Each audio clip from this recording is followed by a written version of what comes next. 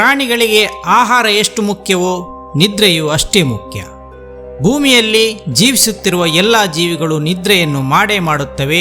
ನಿದ್ರೆ ಎನ್ನುವುದು ಒಂದು ವಿಶ್ರಾಂತಿ ಸ್ಥಿತಿ. ಈ ಸ್ಥಿತಿಯನ್ನು ತಲುಪಿದರೇನೆ ದೇಹಕ್ಕೆ ಉತ್ಸಾಹ ಬರುತ್ತದೆ. ಆದರೆ ನಿದ್ರೆಯನ್ನೇ ಮಾಡದ ಜೀವಿಗಳು ಈ ಭೂಮಿಯ ಮೇಲೆ ಇದೆ ಎಂದರೆ ನೀವು ನಂಬುತ್ತೀರಾ? ಹೌದು ಸ್ನೇಹಿತರೆ, ನಿದ್ರೆಯನ್ನೇ ಮಾಡದ ಕೆಲವು ಜೀವಿಗಳು ಭೂಮಿಯ ಮೇಲೆ ವಾಸಿಸುತ್ತಿವೆ. ಬನ್ನಿ ಇವತ್ತಿನ ಎಪಿಸೋಡ್ನಲ್ಲಿ ನಿದ್ರೆಯನ್ನೇ ಮಾಡದ ಜೀವಿಗಳ ಬಗ್ಗೆ ಒಂದೊಂದಾಗಿ ತಿಳಿದುಕೊಳ್ಳೋಣ. ಡಾಲ್ಫಿನ್. ಈ ಡಾಲ್ಫಿನ್ಗಳ ಬಗ್ಗೆ ನೀವು ಕೇಳೇ ಇರುತ್ತೀರಿ. ಇದು ತುಂಬ ಬುದ್ಧಿವಂತ ಪ್ರಾಣಿ, ಹಾಗೆ ಇದೊಂದು ಸೋಷಿಯಲ್ ಎನಿಮಲ್ ಕೂಡ ಹೌದು. ಅಂದರೆ ಇದು ಗುಂಪಾಗಿ ವಾಸಿಸುತ್ತದೆ, ಹಾಗೆ ಮನುಷ್ಯರೊಂದಿಗೂ ಇದು ಹೊಂದಿಕೊಳ್ಳುತ್ತದೆ. ಇಂಥ ಒಂದು ಪ್ರಾಣಿ ರಾತ್ರಿ ನಿದ್ರೆಯನ್ನೇ ಮಾಡುವುದಿಲ್ಲ, ಸದಾ ನೀರಿನಲ್ಲಿ ತಿರುಗಾಡುತ್ತಲೇ ಇರುತ್ತದೆ. ಇದು ಒಂದು ಕಾರಣ ಬೇಟೆಗಾಗಿ ತಿರುಗಾಡಿದರೆ, ಇನ್ನೊಂದು ಕಾರಣ ತನ್ನನ್ನು ಬೇಟೆಯಾಡುವ ಪ್ರಾಣಿಗಳಿಂದ ತಪ್ಪಿಸಿಕೊಳ್ಳಲು ತಿರುಗಾಡುತ್ತದೆ. ಆದರೆ ಇದು ನಿದ್ರೆ ಮಾಡದಿದ್ದರೂ ಕೂಡ ತನ್ನ ಮೆದುಳಿನ ಒಂದರ್ಧ ಭಾಗವನ್ನು ವಿಶ್ರಾಂತಿ ಸ್ಥಿತಿಯಲ್ಲಿಡುತ್ತದೆ. ಇನ್ನೊಂದರ್ಧ ಭಾಗದ ಮೆದುಳು ಆಕ್ಟಿವ್ ಆಗಿದ್ದು ಅದು ಈಜುವುದು, ಉಸಿರಾಡುವುದು, ಹಾಗೆಯೇ ಸುತ್ತಮುತ್ತ ಬೇಟೆಗಾಗಿ ಅಥವಾ ದಾಳಿ ಮಾಡಲು ಯೋಚಿಸುತ್ತಿರುತ್ತದೆ. ಈ ಅರ್ಧ ಮೆದುಳಿನ ನಿದ್ರೆಯಿಂದಲೇ ಡಾಲ್ಫಿನ್ ತನ್ನ ವಿಶ್ರಾಂತಿಯನ್ನು ಪಡೆಯುತ್ತದೆ. ಅದು ಜೀವಮಾನವಿಡೀ ನಿದ್ರೆ ಮಾಡುವುದಿಲ್ಲ. ಮೆದುಳಿನ ಒಂದು ಭಾಗದ ವಿಶ್ರಾಂತಿ ಮುಗಿದ ನಂತರ ಇನ್ನೊಂದು ಭಾಗದ ವಿಶ್ರಾಂತಿ ಶುರು ಮಾಡುತ್ತದೆ. ಹಾಗೆಯೇ ಡಾಲ್ಫಿನ್ ಕೆಲವೊಮ್ಮೆ ಒಂದು ಕಣ್ಣನ್ನು ಮುಚ್ಚಿಕೊಂಡೇ ಇರುತ್ತದೆ, ಇನ್ನೊಂದು ಕಣ್ಣಿನಿಂದ ಮಾತ್ರ ನೋಡುತ್ತಿರುತ್ತದೆ. ಈ ಡಾಲ್ಫಿನ್ಗಳಲ್ಲಿ ಮಗು ಹುಟ್ಟಿದ 1 ತಿಂಗಳವರೆಗೆ ತಾಯಿ ಮಗು ಇಬ್ಬರು ಯಾವುದೇ ರೀತಿಯ ನಿದ್ರೆ ಮಾಡುವುದಿಲ್ಲವಂತೆ. Fruit fly. ನೀವು ಬಾಳೆಹಣ್ಣಿನಲ್ಲಿ ಬಂದು ಕೂರುವ ಚಿಕ್ಕ ಗಾತ್ರದ ನೊಣವೊಂದನ್ನು ನೋಡಿರಬಹುದು. ಈ ನೊಣಗಳನ್ನು ಇಂಗ್ಲಿಷಿನಲ್ಲಿ ಫ್ರೂಟ್ ಫ್ಲೈ ಎಂದು ಕರೆಯುತ್ತಾರೆ. ನಮ್ಮ ಮನೆಯಲ್ಲಿ ಎಲ್ಲ ಕಡೆ ಕಂಡುಬರುವ ಸಾಮಾನ್ಯ ನೊಣಗಳು ರಾತ್ರಿ ಹೊತ್ತು ನಿದ್ರೆಗೆ ಜಾರಿದರೆ, ಈ ನೊಣಗಳು ಯಾವತ್ತೂ ನಿದ್ರೆಯೇ ಮಾಡುವುದಿಲ್ಲ. ಇವುಗಳು ಕೆಲವು ದಿನಗಳಿಂದ ವಾರಗಳವರೆಗೆ ಮಾತ್ರ ಬದುಕುತ್ತವೆ. ಇಷ್ಟು ಚಿಕ್ಕ ಜೀವಿತಾವಧಿಯ ಕಾಲದಲ್ಲಿ ಇವುಗಳಿಗೆ ನಿದ್ರೆಯ ಅವಶ್ಯಕತೆಯೇ ಬೀಳುವುದಿಲ್ಲ ಎಂಬಂತೆ ಇವು ಬದುಕುತ್ತವೆ.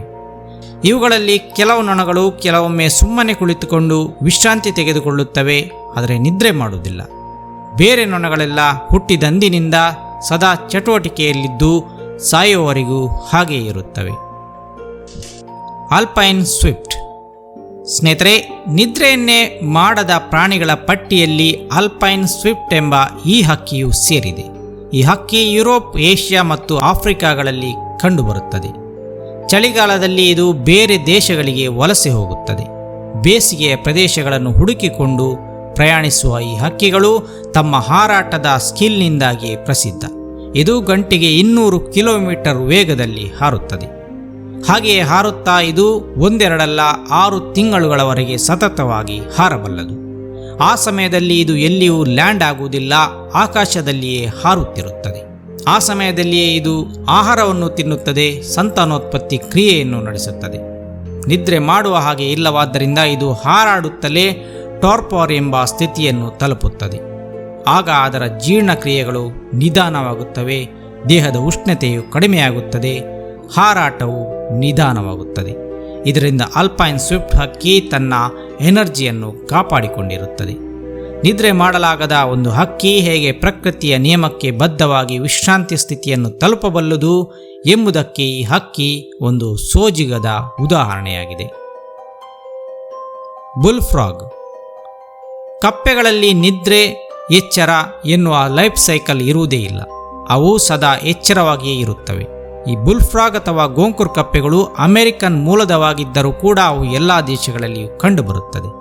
ಈ ಕಪ್ಪೆಗಳು ನಿದ್ರೆ ಮಾಡುವುದಿಲ್ಲವೇ ಎಂಬ ಸಂಶಯ ವಿಜ್ಞಾನಿಗಳಿಗೆ ಹಲವು ವರ್ಷದವರೆಗೆ ಕಾಡಿತ್ತು. ಈ ಕಪ್ಪೆಗಳನ್ನು ಅಧ್ಯಯನ ಮಾಡಿದಾಗ ತಿಳಿದಿದ್ದೇನೆಂದರೆ, ಇವು ಸುಪ್ತಾವಸ್ಥೆಯೊಂದನ್ನು ತಲುಪುತ್ತವೆ. ಆಗ ಇವುಗಳ ಜೀರ್ಣಾಂಗ ಕ್ರಿಯೆಗಳು ನಿಧಾನವಾಗುತ್ತವೆ ಎಂಬುದು. ಆಗ ಕಪ್ಪೆ ಯಾವುದೇ ಚಟುವಟಿಕೆಯನ್ನು ಮಾಡದೆ ತಟಸ್ಥವಾಗಿರುತ್ತದೆ. ಆದರೆ ಕಪ್ಪೆಗಳು ಈ ಸುಪ್ತಾವಸ್ಥೆ ಅಥವಾ ವಿಶ್ರಾಂತಿ ಸ್ಥಿತಿಗೆ ತಲುಪಲು ಯಾವುದೇ ಸಮಯದ ಪರಿವೆ ಇರುವುದಿಲ್ಲ. ಹಗಲು ಅಥವಾ ರಾತ್ರಿ ಯಾವಾಗ ಬೇಕಾದರೆ ಆವಾಗ ಅವು ಆ ಸ್ಥಿತಿಗೆ ತಲುಪಿಬಿಡುತ್ತವೆ. ಇದು ವಾತಾವರಣದ ಉಷ್ಣತೆಯನ್ನು ಅವಲಂಬಿಸಿರುತ್ತದೆ. ಈ ಕಪ್ಪೆಗಳು ಚಳಿಗಾಲದಲ್ಲಿ ಹೈಬರ್ನೇಟ್ ಮೋಡ್ಗೆ ಹೋಗಿಬಿಡುತ್ತವೆ. ಅಂದರೆ ಮಣ್ಣಿನಡಿಯಲ್ಲಿ ಅಥವಾ ಕೆಸರಿನಡಿಯಲ್ಲಿ ಹೂತಿದ್ದುಕೊಂಡು ಆಹಾರವಿಲ್ಲದೆ ಸುಪ್ತಾವಸ್ಥೆಯಲ್ಲಿಯೇ ಹಲವಾರು ತಿಂಗಳು ಕಳೆಯುತ್ತವೆ. ಆಗ ಅದರ ಜೀರ್ಣಾಂಗ ಕ್ರಿಯೆ ತುಂಬ ನಿಧಾನವಾಗುವುದರಿಂದಾಗಿ ಅದರ ಶಕ್ತಿ ವ್ಯಯವಾಗುವುದಿಲ್ಲ. ಹಾಗೆ ಉಸಿರಾಟವು ನಿಧಾನವಾಗಿರುತ್ತದೆ, ಜೊತೆಗೆ ಹೃದಯ ಬಡಿತವು ನಿಧಾನವಾಗಿರುತ್ತದೆ. ಟಿಲಾಪಿಯಾ. ಸ್ನೇಹಿತರೆ, ಟಿಲಾಪಿಯಾ ಎಂಬೊಂದು ಮೀನಿದೆ. ಇದು ಸಿಹಿ ನೀರಿನ ಮೀನು. ಆಫ್ರಿಕಾ ಮೂಲದ್ದಾದರೂ ಇದು ಎಲ್ಲ ಕಡೆಯೂ ಹರಡಿಕೊಂಡಿದೆ. ಈ ಮೀನು ಎಲ್ಲ ರೀತಿಯ ನೀರುಗಳಲ್ಲಿಯೂ ಬದುಕುವುದರಿಂದ ಇದನ್ನು ಮೀನು ಸಾಕಣೆಯಲ್ಲಿಯೂ ಬಳಸಲಾಗುತ್ತದೆ. ಈ ಮೀನು ವಿಶ್ವದಾದ್ಯಂತ ಅತ್ಯಂತ ಹೆಚ್ಚು ತಿನ್ನುವ ಮೀನುಗಳಲ್ಲಿ ಒಂದಾಗಿದೆ. ಇಂತಹ ಮೀನು ಯಾವತ್ತೂ ಮಲಗುವುದೇ ಇಲ್ಲ. ಈ ಮೀನುಗಳಿಗೆ ಪೀನಿಯಲ್ ಗ್ರಂಥಿ ಇರುವುದಿಲ್ಲ. ಪೀನಿಯಲ್ ಗ್ರಂಥಿಗಳು ಪ್ರಾಣಿಗಳಲ್ಲಿ ಮೆಲಟಾನಿನ್ ಅನ್ನು ಉತ್ಪತ್ತಿ ಮಾಡುತ್ತದೆ. ಈ ಮೆಲಟಾನಿನ್ ಎನ್ನುವ ಹಾರ್ಮೋನ್ ನಿದ್ರೆಯನ್ನು ನಿಯಂತ್ರಿಸುತ್ತದೆ ಮತ್ತು ಪ್ರತಿದಿನ ಪುನರಾವರ್ತನೆ ಮಾಡುತ್ತದೆ. ಆದರೆ ಪೀನಿಯಲ್ ಗ್ರಂಥಿ ಇಲ್ಲದ ಈ ಮೀನು ನಿದ್ರೆ ಮಾಡದೆ ಸದಾ ಚಲಿಸುತ್ತಿರುತ್ತದೆ. ಆದರೆ ಟಿಲಾಪಿಯಾ ಮೀನು ರೆಸ್ಟ್ ಮತ್ತು ಆಕ್ಟಿವಿಟಿ ಎಂಬ ಎರಡು ಪೀರಿಯಡ್ಗಳನ್ನು ಅಳವಡಿಸಿಕೊಂಡಿದೆ. ಅವುಗಳು ವಿಶ್ರಾಂತಿಯ ಸಮಯದಲ್ಲಿ ವಿಶ್ರಾಂತಿ ಮಾಡುತ್ತವೆ, ಆದರೆ ನಿದ್ರೆ ಮಾಡುವುದಿಲ್ಲ. Sea sponge. ಸ್ನೇಹಿತರೆ, ಸೀ ಸ್ಪಾಂಜ್ ಎನ್ನುವ ಒಂದು ಸಮುದ್ರ ಜೀವಿ ಇದೆ. ಇದು ಸ್ಪಂಜಿನಂತೆ ಕಾಣುವುದರಿಂದ ಇದಕ್ಕೆ ಸೀ ಸ್ಪಾಂಜ್ ಎಂದು ಹೆಸರಿಟ್ಟಿದ್ದಾರೆ. ಇದು ಭೂಮಿಯ ಮೇಲಿನ ಅತ್ಯಂತ ಪ್ರಾಚೀನ ಜೀವಿಗಳಲ್ಲಿ ಒಂದಾಗಿದೆ. 500 ಮಿಲಿಯನ್ ವರ್ಷಗಳ ಹಿಂದೆ ಮೊದಲ ಬಾರಿಗೆ ಈ ಜೀವಿ ಭೂಮಿಯ ಮೇಲೆ ಕಾಣಿಸಿಕೊಂಡಿತ್ತು ಎನ್ನಲಾಗಿದೆ.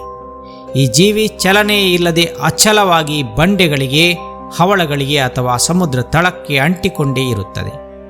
ಈ ಜೀವಿಯ ಸರಂಧ್ರ ದೇಹವು ಆಹಾರ ಮತ್ತು ಆಮ್ಲಜನಕವನ್ನು ಫಿಲ್ಟರ್ ಮಾಡಿ ಒಳಗೆಳೆದುಕೊಳ್ಳುತ್ತದೆ. ಹಾಗೆಯೇ ಆಸ್ಕ್ಯುಲಮ್ ಎನ್ನುವ ಒಂದು ರಂಧ್ರದ ಮೂಲಕ ಇದು ತ್ಯಾಜ್ಯಗಳನ್ನು ಹೊರಬಿಡುತ್ತದೆ. ಇಂತಹ ಒಂದು ಜೀವಿಗೆ ನಿದ್ರೆ ಎಂದರೇನೆಂದೇ ಗೊತ್ತಿಲ್ಲ. ಕಾರಣವೇನೆಂದರೆ ಇದಕ್ಕೆ ಮೆದುಳೆನ್ನುವುದೇ ಇಲ್ಲ. ಕೇಳಿ ಆಶ್ಚರ್ಯವಾಗಿರಬಹುದು, ಆದರೆ ಇದು ನಿಜ.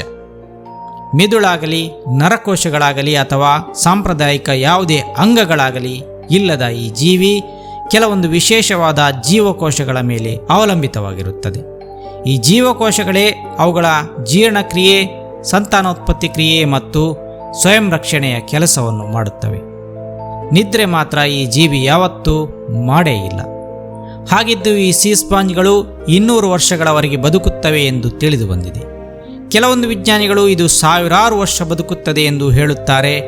ಇದು ಮೆದುಳಿಲ್ಲದಿದ್ದರೂ ಕೂಡ ಸೆಲ್ಫ್ ಹೀಲಿಂಗ್ ಕೆಪಾಸಿಟಿಯನ್ನು ಹೊಂದಿದೆ. ಗಾಯಗಳು, ಡ್ಯಾಮೇಜ್ಗಳು ಆದರೆ ತಮ್ಮನ್ನು ತಾವೇ ಇವು ಗುಣಪಡಿಸಿಕೊಳ್ಳುತ್ತವೆ. ಗ್ಲಾಸ್ ಸ್ಪಾಂಜ್ ಎಂದು ಕರೆಯಲ್ಪಡುವ ಮೊನೊರ್ಹಾಫಿಸ್ ಚೂನಿ ಎನ್ನುವ ಸ್ಪಾಂಜ್ ಜಾತಿಯ ಪ್ರಾಣಿಯೊಂದು 15,000 ವರ್ಷಗಳವರೆಗೆ ಬದುಕುತ್ತದೆ ಎಂದು ತಿಳಿದು ಬಂದಿದೆ. ಇಂತಹ ಜೀವಿಗಳು ಭೂಮಿಯ ಮೇಲೆ ಇದೆ ಎಂದರೆ ನಿಜಕ್ಕೂ ಆಶ್ಚರ್ಯವಾಗುತ್ತದೆ. ಸ್ನೇಹಿತರೆ, ಸಮುದ್ರದಲ್ಲಿರುವ ಬೇರೆ ಮೀನುಗಳೆಲ್ಲ ನಿದ್ರಿಸುತ್ತವೆಯೇ ಎಂಬ ಸಂಶಯ ನಿಮಗಿದ್ದರೆ ಇಲ್ಲಿ ಹೇಳುತ್ತೇವೆ ಕೇಳಿ. ಮೀನುಗಳು ರಾತ್ರಿ ಹೊತ್ತು ಬಂಡೆಗಳೆಡೆಯಲ್ಲಿ ಅಥವಾ ತಳದಲ್ಲಿ ಎಲ್ಲದರೊಂದು ಕಡೆ ಇದ್ದು ನಿದ್ರಾಸ್ಥಿತಿಯನ್ನು ಕಳೆಯುತ್ತವೆ. ಹಾಗೆಯೇ ವಿಜ್ಞಾನಿಗಳು ಸಸ್ಯಗಳು ನಿದ್ರಿಸುತ್ತವೆ ಎಂದು ಸಂಶೋಧನೆ ನಡೆಸಿದಾಗ ಸಸ್ಯಗಳು ಹಗಲು ರಾತ್ರಿ ಎಂಬ ಪ್ರಕೃತಿಯ ವಿದ್ಯಮಾನಕ್ಕೆ ಹೊಂದಿಕೊಂಡು ರಾತ್ರಿ ನಿದ್ರೆಗೆ ಜಾರುತ್ತವೆ ಎಂದು ಕಂಡುಕೊಂಡಿದ್ದಾರೆ.